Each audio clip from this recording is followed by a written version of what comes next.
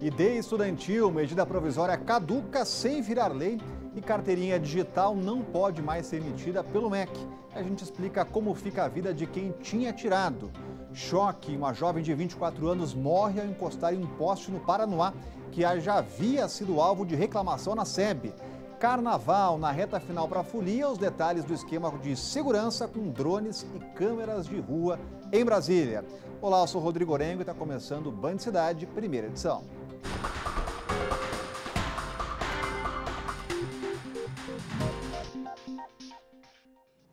Atenção, você contribuinte, está começando hoje justamente o pagamento de IPVA para placas com finais 1 e 2 e este ano, uma boa surpresa, o valor do IPVA diminuiu aqui na capital do país. Outra novidade é que o BRB está enviando os boletos pelos Correios. Você acompanha agora na reportagem. O IPVA dos veículos com placas finais 1 e 2 vence nesta segunda-feira. Terça é dia de pagar os documentos dos automóveis com placas finais 3 e 4 e assim sucessivamente. O pagamento pode ser parcelado ou à vista. Quem pagar à vista terá desconto de 5% do valor. O parcelamento reduziu para 3 parcelas. Outra novidade é que a alíquota do imposto reduziu. Passou de 3,5% para 3% para carros e de 2,5% para 2% para motos. Mesmo com a redução, o governo espera arrecadar 1,2 bilhão de reais com a cobrança do IPVA de 1,2 milhão de veículos. O boleto para o pagamento do IPVA está sendo enviado pelos Correios. O governo, que a princípio havia dito que não ia mandar a cobrança, voltou atrás. O BRB firmou uma parceria com o GDF e decidiu enviar as correspondências sem nenhum custo para o governo. Os primeiros boletos começaram a ser enviados no último dia 11. Mas o seu Valmir não recebeu o IPVA em casa e veio retirar o documento na hora da rodoviária. Eu emiti na hora, eu tirei na hora o documento para pagar. E tá caro, tá barato, o que o senhor achou? Veio bem em conta. Em vista do ano passado, veio um desconto até bom. Por isso que eu vou pagar a cota única. Outra opção é retirar o documento no site do Detran. E para quem já recebeu o IPVA pelos Correios, atenção a alguns detalhes para evitar cair em um golpe. O boleto enviado pelo BRB está identificado com as marcas do BRB, com código de barras para pagamento em conta bancária, para pagamento na rede bancária, né? Ele não exige depósito em conta e, em caso de dúvida, o contribuinte pode conferir no site da Secretaria de Economia aquele boleto. Outras informações você tem pelo site receita.fazenda.df.gov.br. O assunto agora é a interdição da ponte JK. Hoje a Novacap deu início à troca das juntas de dilatação da ponte. O reparo deve durar 2 meses e começa pela faixa da direita, sentido Plano Piloto Lago Sul. O custo total da obra será de R$ 468 mil. A duração média do serviço para cada uma das 6 pistas é estimada em 10 dias. O controle do tráfego vai ficar por conta do Departamento de Trânsito. O Detran recomenda aos motoristas que busquem alternativas, como a Ponte das Garças e a Ponte Costa e Silva. A gente vai falar sobre esse assunto com o Cláudio Humberto, que está com a gente por aqui. Muito boa tarde, Cláudio. Boa tarde. Agora, esse período todo não parece muito longo para a Ponte JK, Cláudio? É muito longo, né? Num mundo em que se construiu na China um hospital para 1.500 pessoas em 10 dias, construiu e equipou, até lençolzinho, tudo certinho, remédio, tudo pronto para funcionar em 10 dias. No Japão, recentemente, uma rodovia inteira foi reconstruída em 6 dias. Por que é que aqui no Brasil as coisas são tão lentas, né? A construtora contratada para essa obra deve se chamar Construtora Tartaruga, a julgar em razão do ritmo do trabalho. Mas o que, na verdade, mais incomoda é o fato de que esse problema foi detectado no governo de Agnello Queiroz. Passaram-se 4 anos, no iniciozinho do governo do Agnello. Não fez nada, os 4 anos. Aí veio o Hollenberg, mais 4 anos e nada. Agora, finalmente, as obras de substituição dessas juntas de dilatação começaram, né? E considerando o valor médio das obras públicas por aí, nem era tanto dinheiro assim, 400 e poucos mil reais. Vamos falar agora de uma morte que para muitos moradores do Paranoá foi uma tragédia anunciada. O grupo já havia solicitado o reparo do poste de iluminação que fica na quadra 19 da cidade, onde uma jovem de 24 anos morreu neste fim de semana. Thaís Cibele estava em uma festa que acontece na rua quando recebeu a descarga elétrica na madrugada de sábado. A SEB informou que apura as causas da morte. Hoje pela manhã, agentes da Civil faziam perícia no local. Um perigo que fica entre o Conselho Tutelar e um centro de ajuda ao adolescente, perto também de um parquinho que fica bem no centro do Paranoá. Se você vier um sábado aqui, essa pracinha aqui ela é bem cheia, bem lotada. Inclusive essa área aqui de entrada, né? É bem cheia mesmo. Um risco que fez a Polícia Civil passar a manhã desta segunda-feira na cidade. O objetivo era descobrir os motivos desse poste de iluminação ter ficado energizado. Jacinto afirma que coleciona pedidos de reparos à SEB. Nunca vieram aí, nem mandaram o fiscal olhar, nem ver se estava apagada ou acesa. Nunca vieram. Essa catadora de lixo diz que já levou choque. Agora diz que tem medo de trabalhar ali perto. Quando eu encostei no poste, me deu um choque, eu tirei o braço aqui e está aqui, ó. A prova bem aqui, ó. Furei meu dedo. A perícia e a volta das reclamações sobre o poste de iluminação pública da quadra 19 do Paranoá surgiram depois de um caso que aconteceu na madrugada do último sábado. Uma jovem de 24 anos morreu eletrocutada quando encostou no poste. Será que os outros postes também estavam desse jeito? Porque pela manhã, a partir das 6 horas, essa praça aqui, atrás aqui, essa parte toda, é uma feira livre. Em nota, a SEB informou que uma equipe de segurança fez a perícia e que colabora com as investigações. Acrescentou que lamenta profundamente o ocorrido e presta solidariedade com a família da jovem. A SEB explicou que tem 36 equipes de manutenção e 4 de ações preventivas diariamente em todo o DF, que vai estudar a programação e rever a manutenção preventiva em locais de maior circulação de pedestres. Sobre esse caso específico do poste no Paranoá, a companhia defende que se trata de um caso isolado, mas não descarta a possibilidade de outros postes energizados na região por conta dos constantes gatos de energia. Cláudio Humberto, quem vai ser responsabilizado por essa tragédia? Pois é, não basta a SEB dizer agora que vai verificar por que é que aconteceu isso, né? Por que é que o poste estava energizado, etc. A SEB deve à opinião pública, mais do que a família dessa senhora, dessa moça que acabou sendo fulminada por um choque, deve explicações, deve apurar no ponto de vista interno por que é que tantas queixas que foram apresentadas, segundo denúncia de um dos nossos entrevistados, nunca foram suficientes, todas essas queixas e reclamações, para que a SEB realizasse o serviço, realizasse ali uma inspeção. Quem é que não fez isso? Quem é que falhou? Quem recebeu a denúncia foi encaminhada ao setor competente, o setor devido, esse setor não agiu, tem que se apurar a responsabilidade, porque foi essa gente, foi essa omissão, foi essa incompetência, foi essa dificuldade de comunicação que matou essa moça.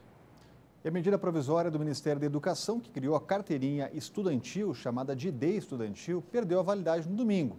E o motivo é que o tema não entrou em votação no Congresso. O que acontece agora é que a gente confere aí com a Renata Dourado, vai trazer mais informações. O que acontece com os estudantes, hein, Renata? Boa tarde. Rodrigo, boa tarde para você, para o Cláudio, para todos que nos acompanham. Uma ótima semana para todos nós. Faltou articulação política do governo, né?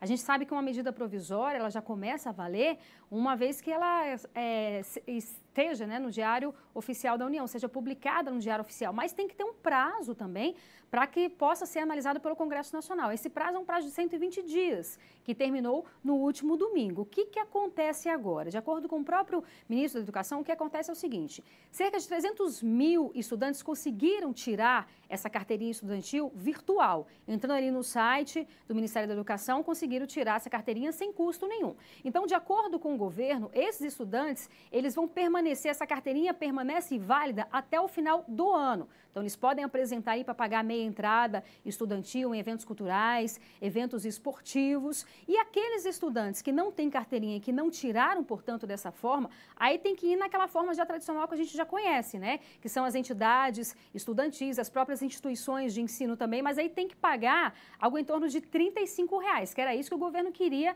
vetar, mas não conseguiu porque faltou articulação política. Bem, agora o governo não pode editar uma outra medida provisória com o mesmo teor, com o mesmo assunto, pelo menos no período de 1 ano. Mas o ministro também disse que o governo vem articulando aí, quem sabe um projeto de lei para começar do zero, ser enviado ao Congresso Nacional, mas se não tiver articulação e também se não tiver interesse dos deputados e senadores, nada acontece. Então tem essas alternativas aí, mas repito, quem conseguiu tirar a carteirinha, algo em torno de 300 mil estudantes, pode apresentar essa carteirinha até o final deste ano. E a gente sabe que o governo tem vários focos aí, são várias reformas, vários projetos. A gente já falou aqui várias vezes sobre a reforma tributária, sobre a reforma administrativa também. Por sinal, hoje o presidente Bolsonaro falou rapidamente sobre a reforma administrativa. Ele disse que tem uma reunião hoje à tarde com o ministro da Economia, Paulo Guedes, para tratar exclusivamente sobre esse assunto. Segundo ele, a reforma administrativa já está pronta e deve ser enviado o quanto antes ao Congresso Nacional. Vamos ver se eles enviam aí, pelo menos antes do Carnaval, para ver se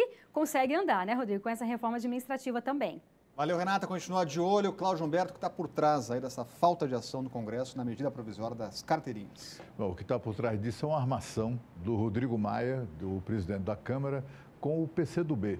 Sabe-se lá por quê. Talvez o Rodrigo Maia esteja pagando a gentileza que o PCdoB lhe fez de apoiar a sua candidatura a presidente da Câmara. A gente sabe que quem elegeu ou quem fez com que Rodrigo Maia fosse eleito presidente da Câmara foi o então presidente Michel Temer, mas ele também contou com votos do PT e do PCdoB. O PCdoB é o partido que controla as entidades estudantis do tipo UNE, UBS, e essas entidades vivem disso, vivem de explorar o estudante brasileiro, cobrando no mínimo R$ 35 pela carteirinha estudantil. O que o governo fez na medida provisória foi simplesmente criar uma carteirinha estudantil digital e gratuita, que o estudante poderia baixar pela internet e colocar no seu celular. Aliás, não há nada mais atual, mais moderno do que isso, do que um documento como já existe o do título de eleitor, da carteira de motorista, e também a carteira estudantil ser colocada no celular do estudante. Mas o problema é que isso é um cartório que rende alguma coisa hoje próxima dos 17 milhões de reais por ano para essas entidades que são mantidas ou são controladas pelo PCdoB. E ninguém sabe ao certo o que levou também o Rodrigo Maia a participar dessa armação, desse conluio, para que estudantes brasileiros tenham sim que ser explorados por entidades estudantis, ou supostamente estudantis, na verdade, entidades partidárias, pagando no mínimo R$ 35 pela carteirinha. E a seguir, 1 em cada 3 obras do governo federal está inacabada. E uma proposta que envolve empresas da Lava Jato pode ser a solução desse problema. A gente explica logo depois do intervalo aqui no Band Cidade. O fim de semana foi de vacinação contra o sarampo. 42 mil postos abriram em todo o país e aqui no DF foram 88. A imunização continua até o dia 13 de março para o público com idades entre 5 e 19 anos. Silvio trouxe 8 dos 10 filhos para tomar a dose da vacina contra o sarampo. Já tinham deixado separados os cartões de vacina, já acordaram sabendo que ia vir para o dia da vacinação. Aí a gente vê várias pessoas, é bom que eles entendam também a importância de estarem vacinados, estarem protegidos. Apesar do medo da injeção, Esther tem consciência da importância da imunização. É importante para nos proteger das doenças, isso. O dia D da campanha de vacinação contra o sarampo mobilizou a ida dos brasilienses aos postos de saúde. Essa primeira fase da campanha é voltada para crianças e adolescentes de 5 a 19 anos. No Brasil, 10 milhões de pessoas ainda precisam da dose para se proteger. Neste ano, até este sábado, já foram confirmados 337 casos de sarampo no país. Em 2019, foram mais de 18 mil, com 15 mortes. No DF, foram 8 casos confirmados de sarampo no ano passado. Por isso, teve gente encarando a fila para garantir a imunização. Quem não se importou com a fila foi a Paola. Ela veio trazer a filha para tomar a vacina e, com a rotina movimentada durante a semana, comemorou o dia D. Tem que prevenir, né, esse tanto de vírus e doenças que tem, né? Tem que cuidar. De acordo com o Ministério da Saúde, 8 estados mantêm a transmissão ativa do vírus. Pará, Paraíba, Alagoas, Rio de Janeiro, São Paulo, Paraná, Santa Catarina e Rio Grande do Sul. Dados da Unicef revelam que o Brasil ocupou em 2017 e 2018 o 3º lugar no mundo em casos de sarampo. A meta é vacinar 3 milhões de crianças e jovens nessa etapa, que continua até o dia 13 de março. Quando a gente tem introdução de doenças como já tinham sido eliminadas, como foi o caso do sarampo, se a gente não tem uma alta cobertura, ela volta muito forte. O sarampo é uma doença que contagia muitas pessoas, então um caso de sarampo ele pode produzir de 12 a 18 casos novos de sarampo. Se as pessoas não estiverem vacinadas, isso faz um aumento do número de casos muito rápido. Caiu para 3 o número de casos suspeitos de coronavírus no Brasil, 2 em São Paulo e 1 no Rio Grande do Sul. Já são 2 meses da epidemia. O número de mortes na China chegou a 1.770 ontem. O total de casos confirmados ficou em 70.548, um aumento de mais de 2.000 registros em um único dia. E segundo informações deste domingo, do Ministério da Saúde, até agora houve 45 suspeitas de casos do vírus que foram descartadas depois das análises. Um grupo que veio da China segue em quarentena em Anápolis. E 1 em cada 3 obras do governo federal está inacabada. São 14 mil projetos que juntos já consumiram 10 bilhões de reais sem qualquer retorno para a população. A proposta está em discussão para que as empreiteiras envolvidas na Lava Jato possam concluir as obras já iniciadas. Ferrovia Transnordestina, 13 anos, 6 bilhões de reais. Duplicação do trecho final do Arco Metropolitano do Rio de Janeiro, 6 anos, R$500 bilhão. Obras que poderiam estar melhorando a vida dos brasileiros, mas estão paradas. Se retomada agora, no início de 2020, mas 2023, no mínimo, para ficar próximo. A principal causa de paralisação é de ordem técnica, como o projeto inadequado. A segunda é o abandono pela empresa contratada.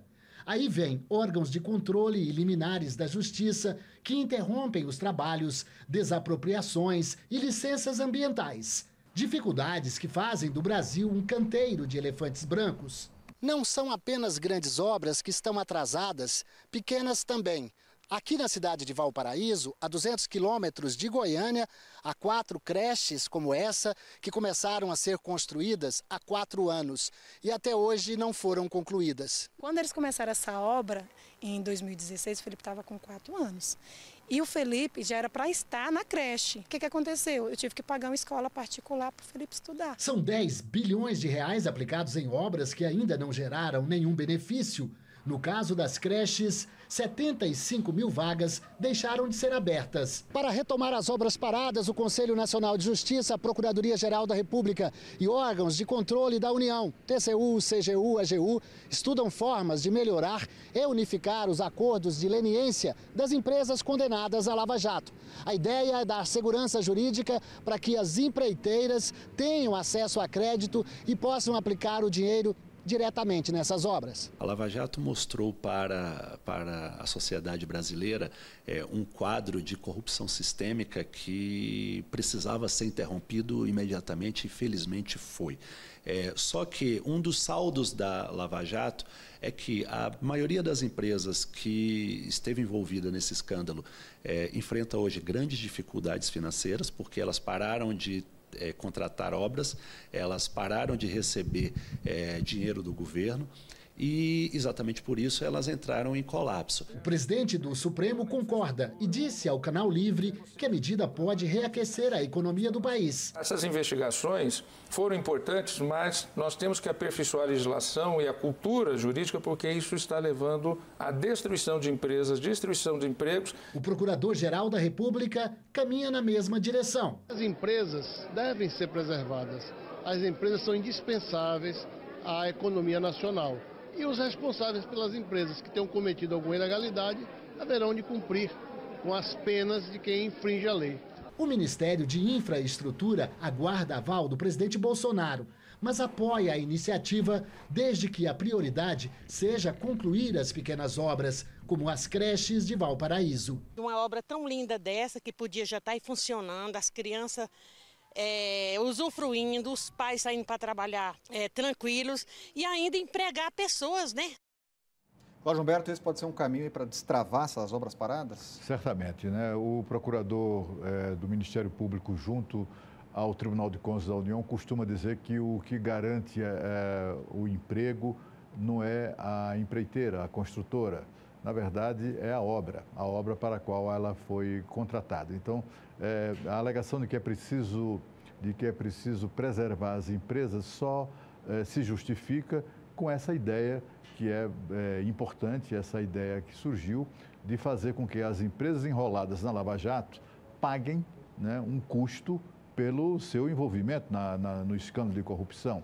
Essas empresas seriam, portanto, responsabilizadas para a conclusão de obras públicas, mas com dinheiro delas ou com dívida delas junto aos bancos e etc. A ideia é muito boa, porque, afinal de contas, de alguma maneira, essas empresas que se enrolaram, que se envolveram em tantos escândalos de corrupção, terão a oportunidade de ressarcir um pouco do que levaram dos cofres públicos, concluindo essas obras.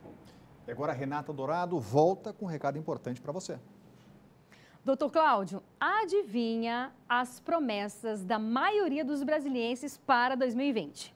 Renata, as básicas, né? Pagar a dívida, pagar financiamento do veículo, não fazer mais tanta dívida, como é costume de nós brasileiros. É verdade. Infelizmente, as pessoas não têm, né, essa ideia de realmente o costume de quitar as suas dívidas. Então, pois é, se você também tem essas metas, ligue agora para a Economy Assessoria. A Economy pode te ajudar a quitar essas dívidas, quitar ou reduzir as parcelas altas desse financiamento e ainda te ensinar a economizar. Olha que coisa boa. Todos os telefones estão aí na tela. A Economy Assessoria é formada por profissionais com experiência de mais de 20 anos no mercado de renegociação de dívidas. Eles entendem o seu problema porque já trabalharam para os bancos. Ligue Economy 3772-0929. Doutor Cláudio, pelo jeito todo mundo sai feliz lá do escritório da Economy, né? Exatamente, Renata. Nós possuímos um fundo de reserva que garante a quitação do financiamento do seu veículo em tempo hábil. Ou seja, o cliente tem lá um financiamento em 24 meses, nós conseguimos quitar até em 12 meses. Antes que ele termine o financiamento do seu veículo com o banco, nós já quitamos o carro. Muito bem, é garantido, né? O negócio é garantido. Então, olha só, não perca mais tempo, ligue agora, olha aí o WhatsApp da Economy na tela, 99833-0929. E a seguir, toda sobre a segurança no Carnaval de Brasília, que já está quase aí. Sábado começa a folia mesmo e o Band Cidade volta daqui a pouco.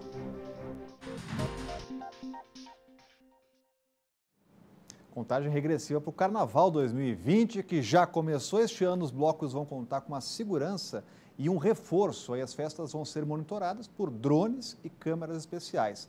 Tudo para garantir, claro, a segurança dos foliões, mais de 1 milhão de pessoas, portanto, esperadas nas ruas aqui de Brasília. Está chegando a hora. Os foliões já estão prontos para curtir mais um carnaval e a diversão está liberada.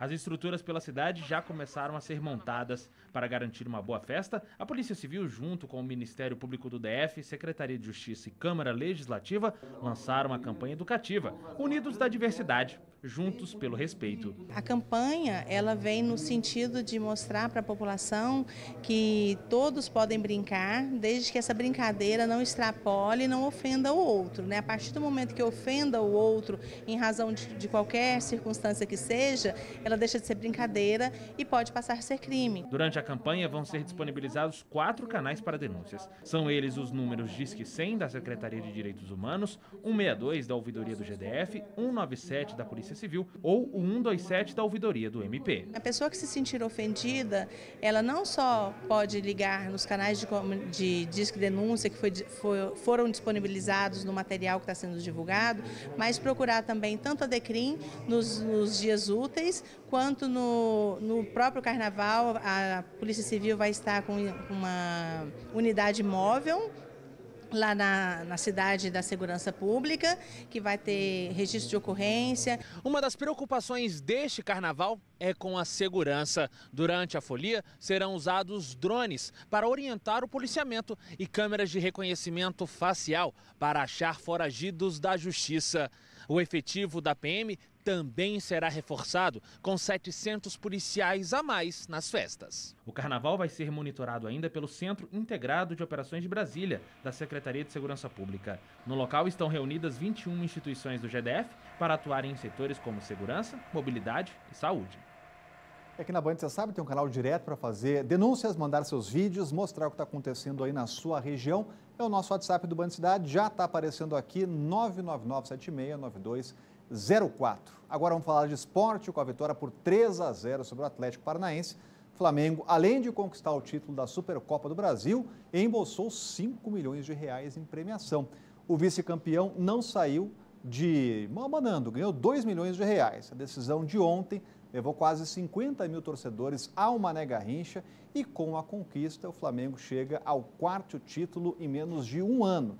A festa pode aumentar ainda neste mês, já que o time tem agora pela frente a final da Supercopa Sul-Americana e a final da Taça Guanabara. Tudo sobre o jogo, os gols deste domingo, você confere agora com os nossos amigos do Donos da Bola.